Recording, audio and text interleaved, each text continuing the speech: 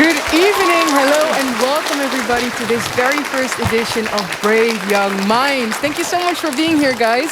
And we're very excited because we have an exciting program today all together. Now, if you're wondering, who is this lady telling me all of this? My name is Hajé Yacoubi. I'm 22. I'm a former youth representative for the Netherlands to the United Nations. But above all, I'm very excited to be your moderator for today because we have a very exciting guest in our midst. And you have been preparing very sharp questions for said guests.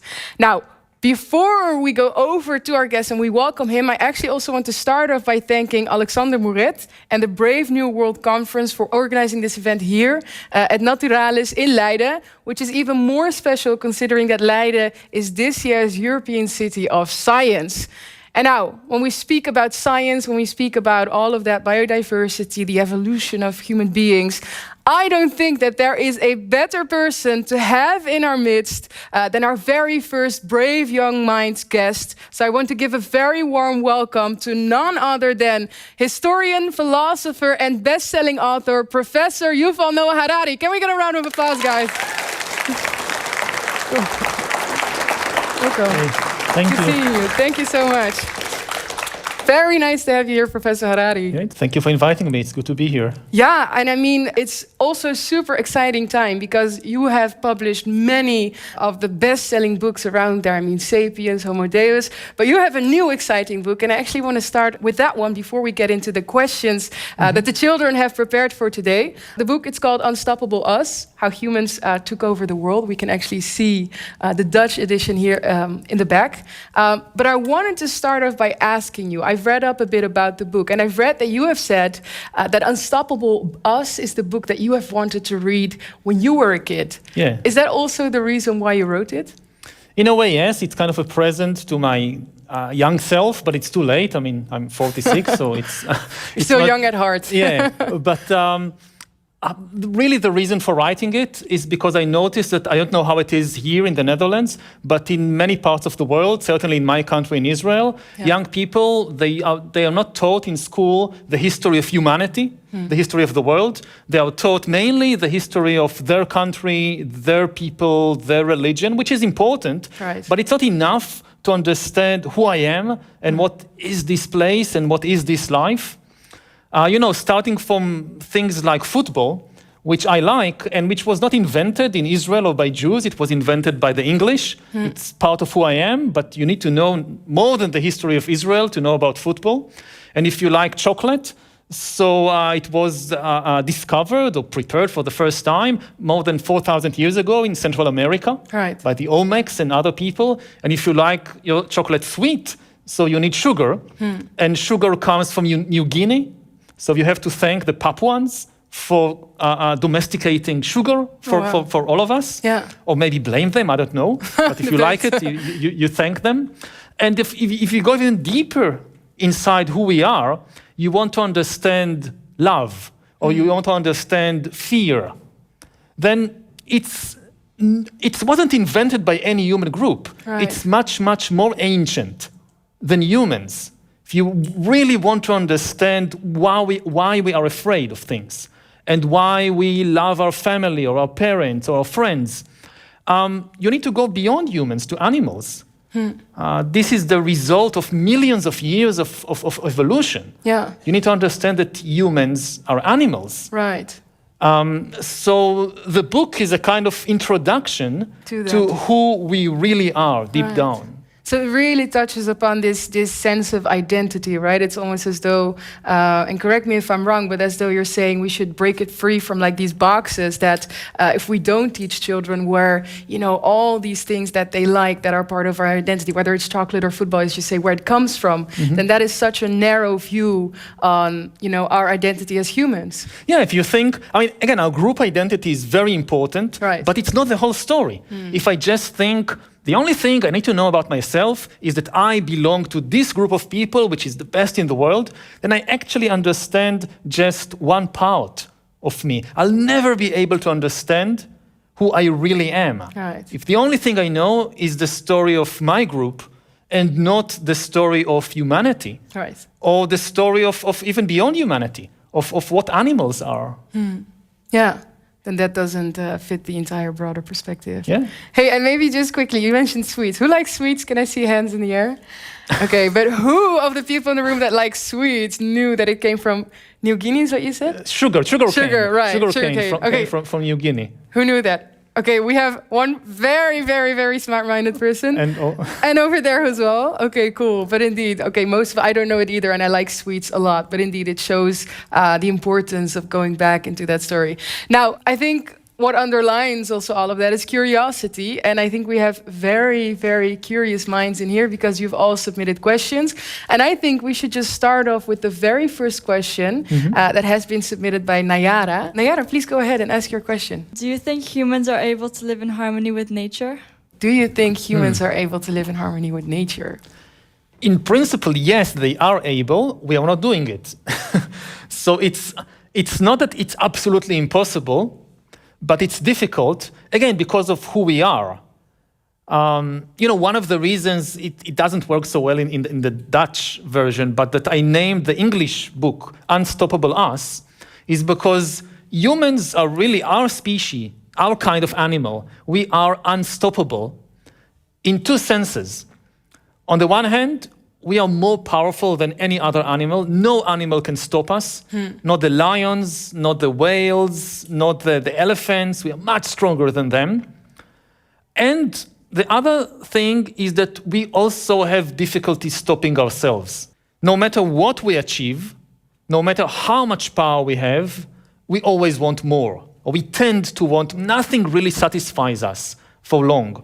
And the combination of these two things, that we find it difficult to stop ourselves and nobody else can stop us, this causes us to usually not live in harmony with the other animals, because we want more and there is nobody there to stop us, so we just kind of run over them. But hopefully, if we are wise enough and also compassionate enough and care not just about ourselves, but also about the other animals and also about future generations, then we should have the ability to kind of restrain ourselves and find a way to live in greater harmony with the rest of nature. Clear. Does that answer your question, Nayara? Okay, thank you so much for asking it. And it's a good question to start off with. And we actually have the following question. I think it sort of links to what you're saying right now. That question is by Sophie. Sophie, please do also go ahead. What is the biggest challenge that mankind faces today? On one level, again, it's to manage our own power. Because we are now the greatest danger to ourselves. And to dig even deeper into that, I think the biggest challenge is to find a way for global cooperation. Because if humans cooperate on any project, almost any project, we can do that. You think about climate change, you think about the ecological crisis. When economists tried to find out how much would it cost to actually solve the problem of climate change. If we think about humanity as a family, and we have a certain budget, we have a certain amount of money in the bank, we have a certain amount of resources, what percentage of our budget do we need to invest in order to solve the problem of climate change? Nobody knows for sure because, it's complicated models and mathematics and all that, but the number is in the vicinity of 2% or 3% of the budget. Wow. That's it. It's very small. It's, again, in absolute terms, it's a lot. It's trillions of dollars. But in terms of the budget, it's actually a very small piece of the human budget. Right. So it's not, if they came and said it is 50%, then it's absolutely impossible. We are not going to do it. But it's even the highest estimates say it's less than 5% of the budget. So we can do that, but we are not doing it. Instead, we are investing our resources in other things. Putin decides to invade Ukraine, and then people invest the money that should go to fight climate change is now going to build tanks, is now going to build missiles. So that's our biggest problem, finding a way to cooperate amongst ourselves. And again, it's not impossible. It's kind of, there is a balance there. On the one hand, we should never underestimate human stupidity. It's one of the most powerful forces in history. Humans often make terrible mistakes. You know, we do it in our private life as individuals, we do it in our collective life as well. But at the same time, we shouldn't lose hope in human wisdom and compassion. Because when we do manage to work together on something, then we are also unstoppable in that. Right. Wow, that's powerful. And as well, the 2%, to me, it's really striking because it's, I don't know if you know, I mean, I'm assuming you know everything because you're Professor Harari. I don't. I can imagine, but do you happen to know, like, for example, we are still in the corona crisis. Do you know what percentage of the global budget that was? More than that. More than 2%, wow. Yeah. More than two. Again, the 2% number is not. It's not a one-time investment. We need over many years to invest every year above what we invest right now. To invest an additional 2% of the budget in developing new eco-friendly technology, in building the right infrastructure. If we do that, starting now, we should be okay. Okay, wow. But we are not doing it. Right, Again, we are not. And actually, there is a question about that, and thank you for shedding light on that, because it's just, I think, realizing that we have spent this money before in other situations, and if we would be doing it now, then, we could be making that change. I think that the key thing is not to fall victim to hopelessness, because some people, you see that, it's too late. Right. We are heading towards catastrophe. We are heading towards, doomsday. There is nothing we can do. That's very, very dangerous to fall into this way of thinking, because then you lose hope and you stop trying. Right. It paralyzes you. Yeah. Well, actually, tapping into hopefulness, Emily, she's in the room here. She's also submitted a question for you, Professor Harari. Will humans be the cause of their own extinction? It's a good question. I can't predict the future. I mean, we might be the cause of our own extinction, but it doesn't have to be like that. Actually, since, I would say, 1945 and the creation of nuclear weapons, we came into this situation when we might be the cause of our own extinction. Previously, in history, it was not possible. The most, biggest conquerors in the world, Genghis Khan and all these people, they couldn't destroy humanity. But since 1945, we have the means to destroy ourselves, and almost every decade we acquire a new means of destroying ourselves. Now we have a menu. How do we want to destroy ourselves? Like this, like this, like this? We now have a menu. It doesn't mean we have to pick something from the menu. We can just close it, and no, we don't want that. Again, I can't estimate the chances because of what I said earlier, that we should never underestimate human stupidity. That you say, it would be crazy to do this thing, and so many people understand it would be crazy to do this thing. You sometimes need just a few people to nevertheless make this decision, like with war. To make peace, you need everybody to agree to make peace. To make war, you just need one side. One side is enough to start a war. It's like that with many of the other dangers we face. Like we are developing some very powerful and frightening technologies, like bioengineering, like the ability to genetically engineer human babies, genetically engineer ourselves. This is an extremely dangerous technology. Now, 95% of the people in the world, of the countries in the world, can agree this is dangerous, let's not do it. But if even 5%, 1%, one country, nevertheless decides to do it, it opens the gates of hell. Right. So there is an imbalance there. And the most important thing to say about all these questions to predict the future is to understand that it's impossible to predict the future because it's not written anywhere. It's not deterministic. The decisions that all of us make in the next few years, this is what will shape the future. So, part of the job of people like me who talk about the future, it's not kind of trying to predict the future, and then if what I said came true, I'm very happy. Yeah, I managed to predict it. What's the point? If you can't change the future, there is no point talking about it.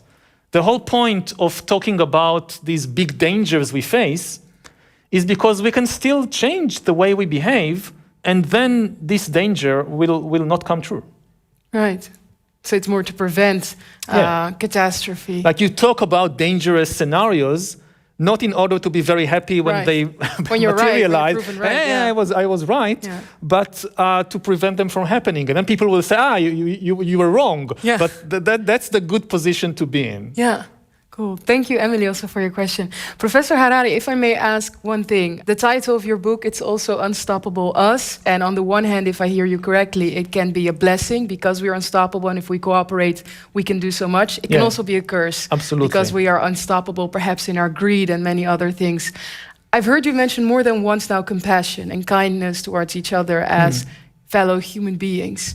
Are you optimistic that we can drive compassion far enough to make sure that being unstoppable is a blessing rather than a curse? I don't know. I'm not sure. Again, we have both of these possibilities within us. Right. And the key thing, it's choice. It's a decision we make. So it's the whole question, are you optimistic? Are you pessimistic? Is this more likely? Is that more likely? This is not so important. Because, if I say I'm optimistic, then people feel, okay, we don't need to do anything. It will be okay somehow. Right. And if I say I'm pessimistic, then people feel, well, it's hopeless. There is no point of doing anything. Yeah. And both are wrong. I mean, the key thing is it's our responsibility to make the right decisions and then things. And we have every option of making the right decisions. It's not too late. It's not written anywhere what's going to happen. Yeah, so that the stand should be rooted in action, that every day we decide to be compassionate and we decide to be kind and choose that for the future. Absolutely. Okay, cool. Thank you. Nicolas also have a question for Professor Harari. It's a really interesting question. Nicolas, 12 years old, he wants to know, why are adults so reluctant to act on obvious world-scale problems that are so apparent to children and teenagers? The climate crisis, for example, you see that most of the people taking to the streets are younger people, while those in power are the not so young ones, the older ones. Yes. Why they are so reluctant? I mean, first of all, it should be said honestly, not all of them are reluctant. Right. There are also, I think that kind of framing the problem as the young against the old is dangerous. I mean, politics is all about making alliances. Right. Again, it's about cooperation. You need a lot of groups to cooperate on to realize any big project. So it's important to be careful not to frame the problem in advance in a way of us versus them. Hopefully, we can all collaborate on that. Having said that, part of the issue is that, many of the people who run the world, the presidents, the CEOs, and so forth, they are in their 60s, their 70s, their 80s. So when you talk to them about the world in 2050 or the world in 2080, to them it's kind of, I won't be there. I mean, Right, I was going to say. They don't feel it in their in a visceral way in their gut. Right. As it's some kind of, I have the next election to worry about. 2050, I won't be there. Yeah. And for young people, they are thinking about their life, their future, and 2050, it's tomorrow, it's their life. Yeah. So it feels much, much more urgent to act on that. And also, one of the things that happen to people as they grow older is that you kind of get stuck or set in a particular way of being, how you think, how you do things, and it becomes difficult to change. And we will need to make some very big changes in order to solve big problems like climate change. So it's more difficult for the adults to change their lives because they're used to their lives. Right. When you're 12, you're not so used to your life because you're new. Yeah. You just came here. Yeah. So, and anyway, being a teenager is all about change. Even if you don't like change, nobody is asking you. Yeah. Your body is changing in a dramatic way. Like, of course, also when you get older, your body continues to change, but at a slower pace. Right. Like you're 12, you're 14, you're 16, it's a dramatic change. So you're forced to kind of invent yourself or reinvent yourself continuously. By the time you get to be 40, you're tired of change. You don't want things to change so much. You want to, let's take it easy. Let's take it Slow slowly. down now. Okay, yeah. But that agility then that comes with the ever-changing like phase of life, that is youth, that is a part of it, you'd say. Yeah, I mean, for a young person, it's easier to imagine a completely different world, a completely different way of being. Yeah. Because this is anyway what's happening to them. Yeah. And for somebody who is 40 or 60, it's much more difficult to imagine living a different life. Right. I have a next question, and I think it fits perfectly into this thing you say about imagining the not so standard thinking outside of the box. Because when I saw this question, I don't think it's a go-to question that I have asked, at least in interviews. So Jacob, please go ahead. Why do humans cry? Oh, why do humans cry? It's a good question. Thank you. I don't know. I mean, you mean the actual tears or the sound and the tears. The sound and the tears.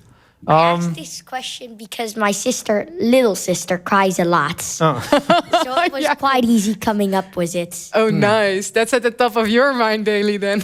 Well, when I was a young boy, I also cried a lot. My two big sisters are here, so they can kind of testify that, I don't know, when I was 7 or 8, I used to cry a lot also.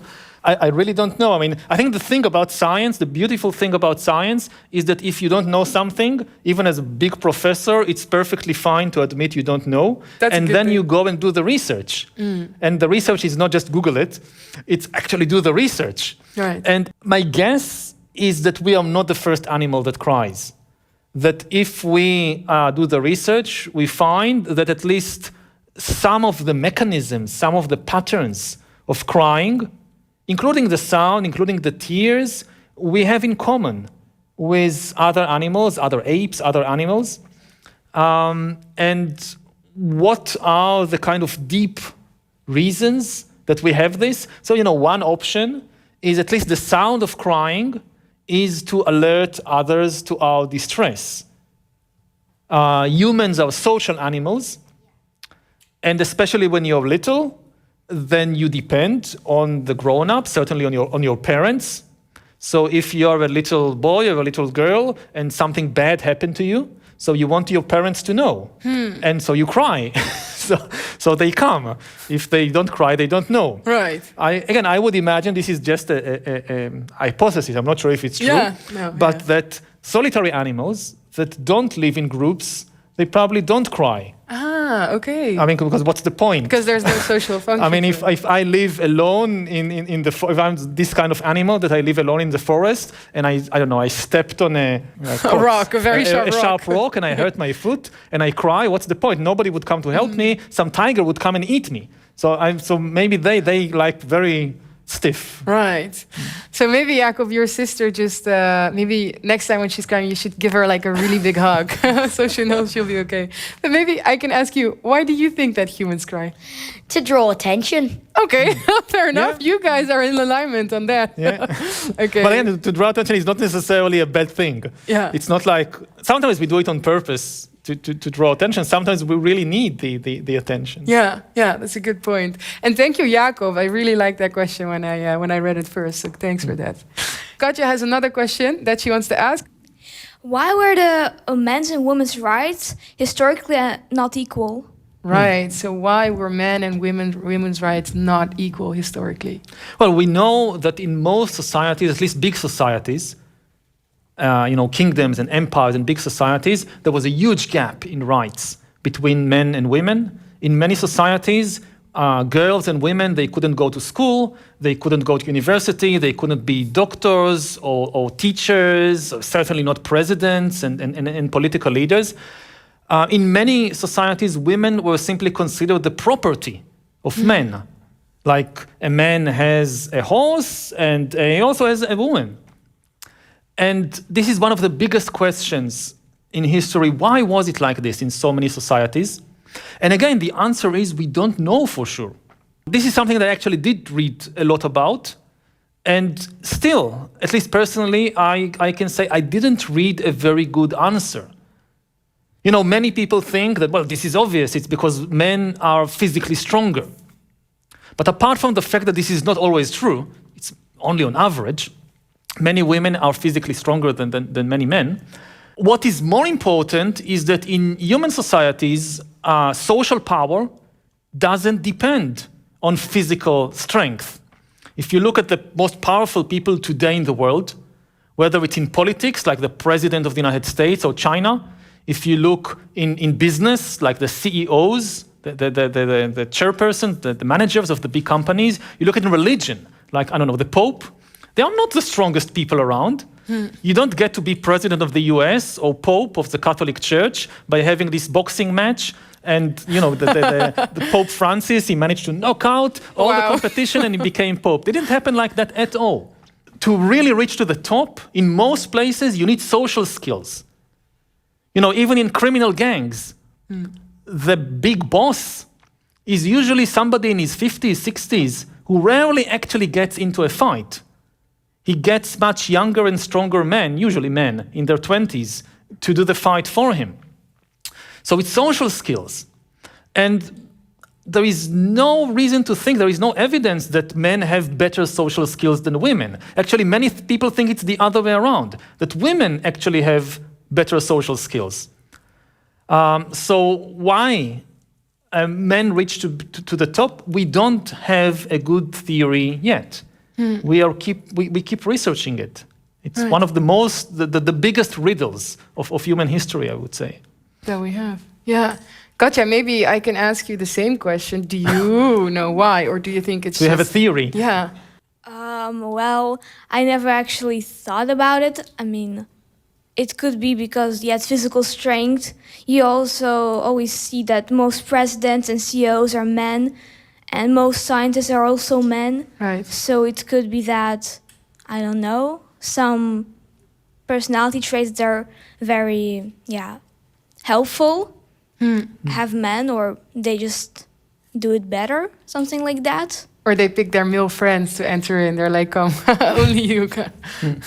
But again, I mean, even if you think about like a personality trait like competitiveness, people say, men are much more competitive. So they kind of struggle to reach the top. Well, the women are less interested in that.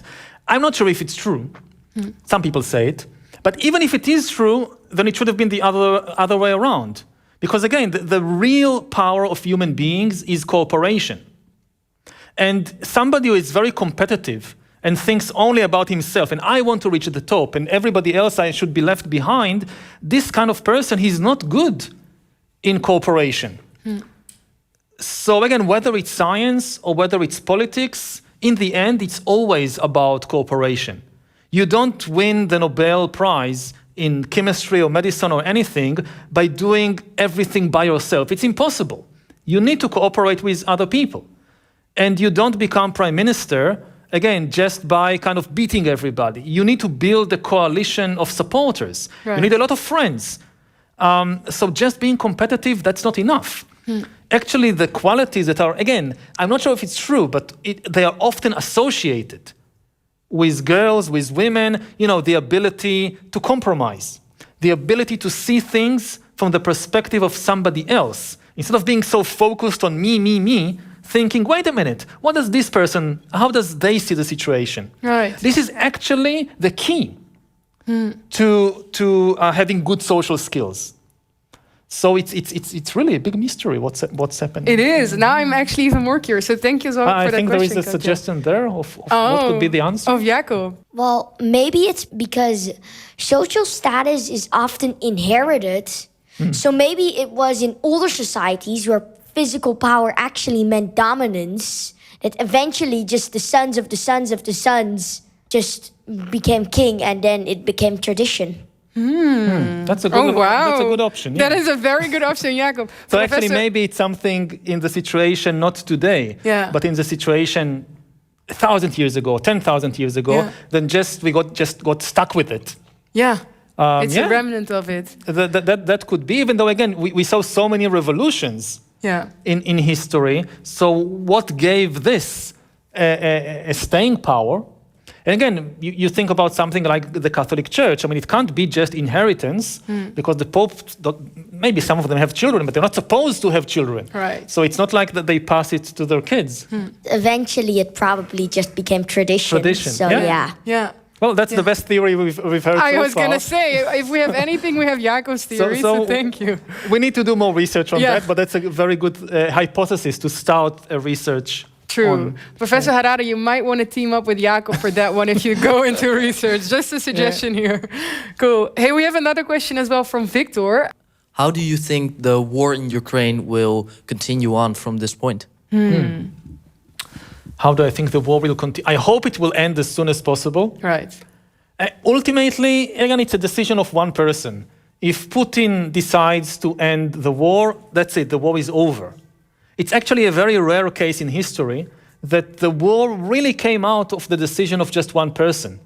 It's not it's not like there was this big hatred between two nations, but it was really the decision of one person which inflicted so much suffering and death and misery on millions and millions and millions of people. Again, I can't predict how it will develop. But I can say that it's our responsibility of everybody, in whichever way we can, to support the Ukrainians, to help the Ukrainians defend themselves. They didn't want the war. It's not their fault that there is a war. They're in a very difficult situation, both the people who are in Ukraine and millions of refugees who had to flee Ukraine. And it's our responsibility to help them in any little way that we can. It's important also because it's about saving the peace of the entire world. Because even though there have been wars in recent decades, most of them were internal wars, civil wars, and it became a kind of rule of the international system that even strong countries, they can't just invade a smaller and weaker country and conquer it because they want to. You just don't do that anymore. That was the most basic rule of the international system. And it was a very good rule because, for instance, it meant that countries could invest, we talked about budgets earlier. Right, Countries could invest a lot less money in their army, in their military. In the last decades, countries have invested a smaller percentage in their armies than in any previous time in history because they knew that it's no longer acceptable for a big country to just invade us and conquer us. And so they could invest more money in education, building schools, in healthcare. Now, when Putin kind of broke the most fundamental law of the international system, if he's allowed to get away with it, then again, the law is broken. And what we will see, what we already see, is that countries all over the world, they become afraid. Hey, if it's now possible to do this again, we have to invest more in our armies. We have to have more tanks, more airplanes, more missiles. So they take money, and we see it already happening. They take money from schools, they take money from hospitals, they take money from building bridges and shift it to building tanks. Wow. If on the other hand, it's like a bully that breaks a law. If nobody does anything, if the bully gets away with it, then you'll see a lot more bullies around. But if the bully doesn't get away with it, if he fails, if he's punished, then actually the rule is strengthened. People look what's happening, they see, oh, he tried, he didn't get away with it, okay, the rule stands. So it's not just out of compassion and empathy for the Ukrainians. It's actually from our own self-interest, no matter where, in which country we live, to help the Ukrainians in any way that we can. Right. If we can't do it out of compassion, which we should, but if we can't, then it's even within our own self-interest. Compassion and self-interest, they often go together. Why not? Yeah, that's a good point. Thank you. Does that answer your question, Victor? Yeah, cool. Thank you so much. Hey, and Professor Harari, I also hear you using almost a metaphor of a bully, right? To explain it, and it makes it more tangible as well, I think, in the heads of many, at least in my head. The next question, I think it taps into that a little bit. The question was submitted by Elliot. So I'm checking. Elliot, there you are. Go ahead. What's a good story? What's a good story? Right. So what are the ingredients for a good story? Well, there are two meanings of the word good. There is the sense of what kind of story will convince a lot of people. The problem here is that many of the most convincing people are also harmful. Because very often, again, the easiest way to grab our attention and to convince us is to play on our deepest emotions. Right. Like fear, like anger. So it's relatively easy to spread a story, to convince a lot of people to believe in a story, if you say frighten them about something. Again, like in the political field, like you say you have all these foreigners who are coming to destroy you, to hurt you. This is a very convincing and powerful story because it plays on the deep fears that humans have. So it's a good story in the sense that it's convincing, but it's very harmful. Again, at the root of many of the wars and conflicts in the world, you find stories like that. You know, humans, they rarely fight wars over territory or over food. We think we fight wars over territory like chimpanzees, like wolves, but we don't. It sometimes happens, but usually we actually fight over stories. Right.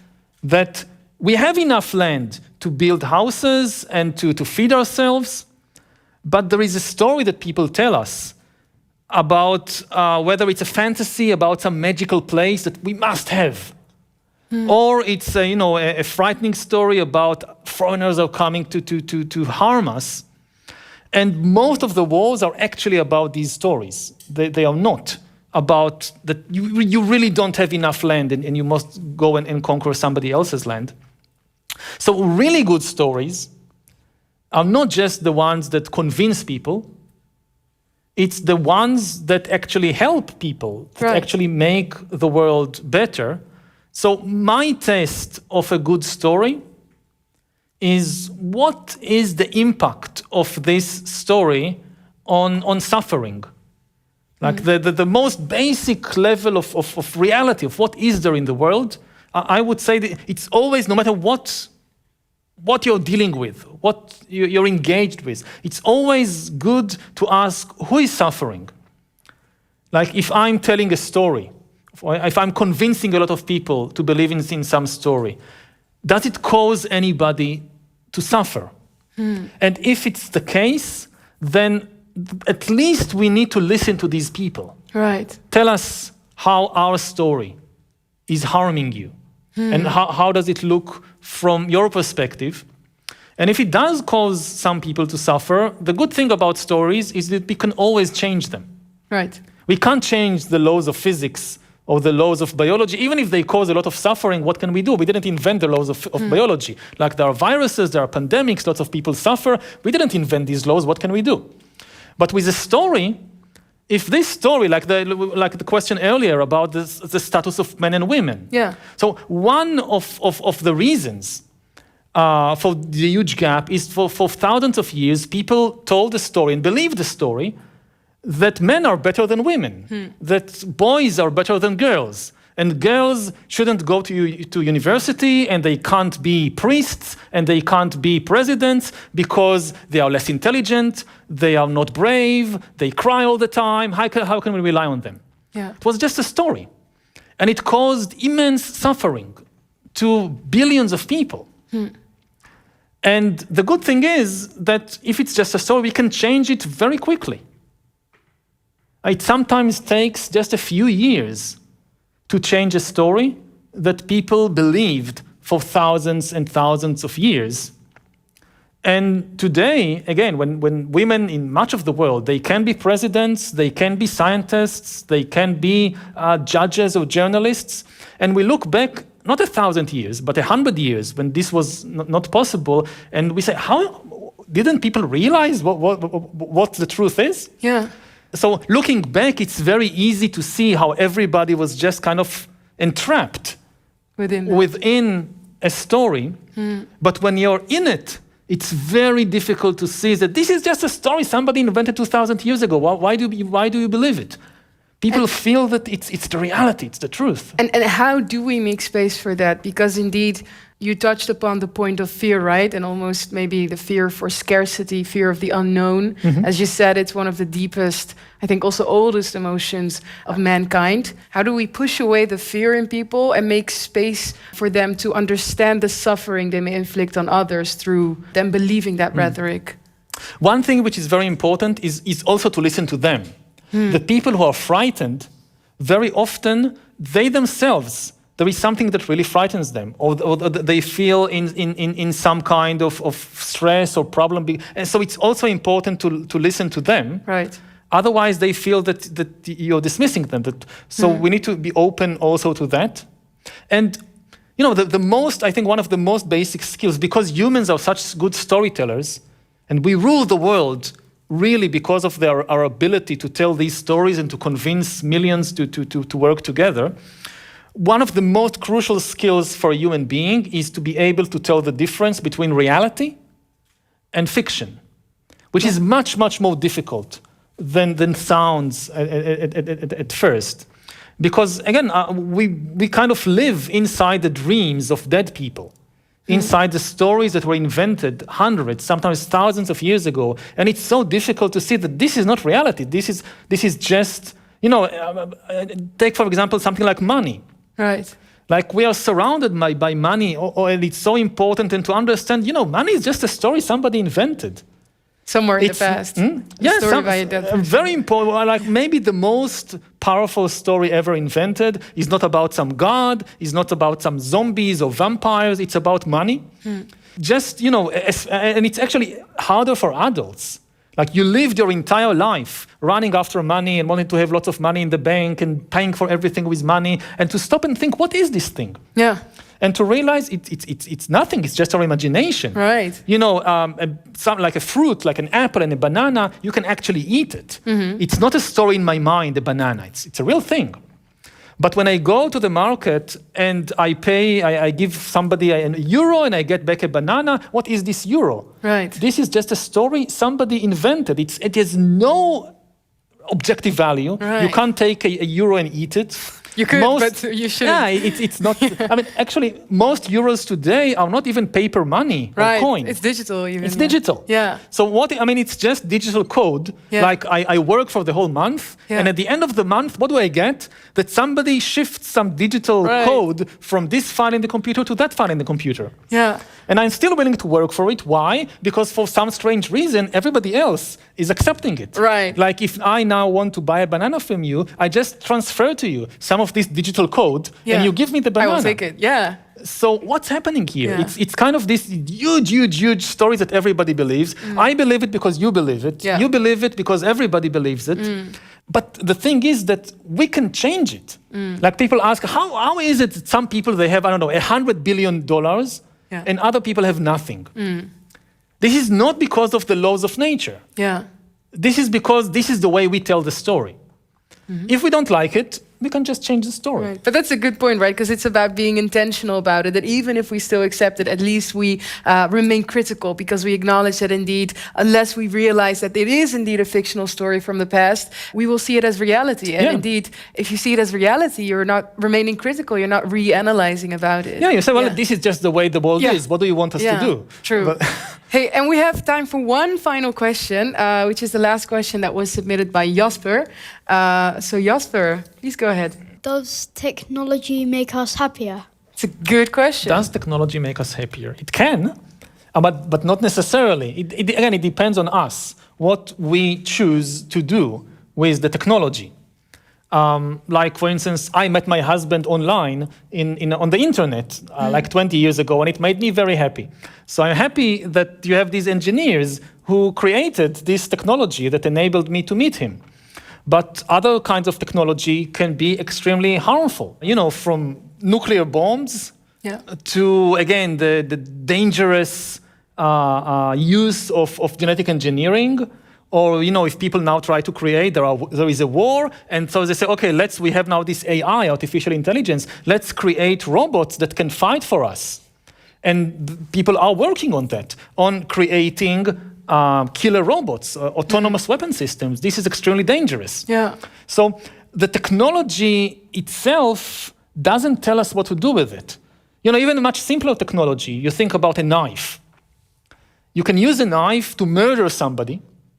You can use a knife to save their life in surgery. Surgeons also, they use knives. Yeah. And you can use a knife to cut salad for dinner. Right. It's a knife. I mean, the knife doesn't tell us what to do with it. We decide what to do with it. Right. So usually the fault is not technology by itself is not bad. Right.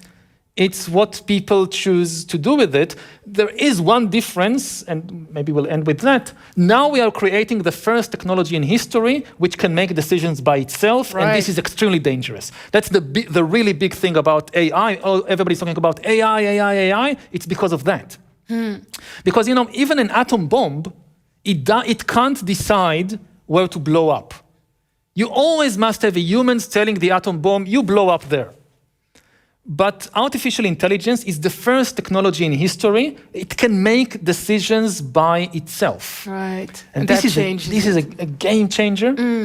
And this is very dangerous because it means we might be losing control of our future. Right. So we have to think very, very carefully about this specific technology. Right. So AI, indeed, that is where almost the autonomy of the humans are not at play anymore. Yeah, it raises it's the first technology which really questions our freedom to make the decisions by ourselves. Yeah, but then in essence, you say technology in itself, it makes no demands. If we want to ill use it, we will ill use it. But if we want to use it for the furtherance of our kind, then we can do that as well. Absolutely. Yeah, thank you. And thank you for the question. Thank you. I think it's a good one to end on.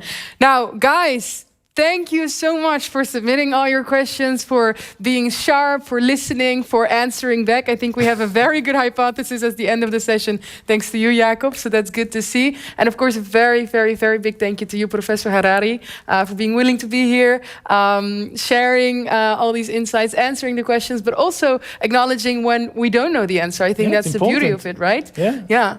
Hey, and seeing all of that, the book Unstoppable Us, if I at least take one thing also from the conversation that we have here, it's that it is, such an almost empowering realization to see how far we have gotten as a species, but that indeed we each day have the responsibility to use that power that we have, that unstoppability, if you will, for the furtherance of where we are, so that we use it for compassion, for kindness, and not use it and turn it into our own self-destruction, as was asked earlier as well. Now, with that being said, can we get one big round of applause? And before that, I want to give a quick thank you to Naturalis for letting us be here at this beautiful location. Thank you to all the partners for this first edition of Brave Young Minds in Leiden as this year's European City of Science. Can we get a big round of applause, guys? And also for yourself. Thank you. Good job. And thank you. Thank you so much, Professor Harari. Honestly, it was super enlightening. Thanks so much.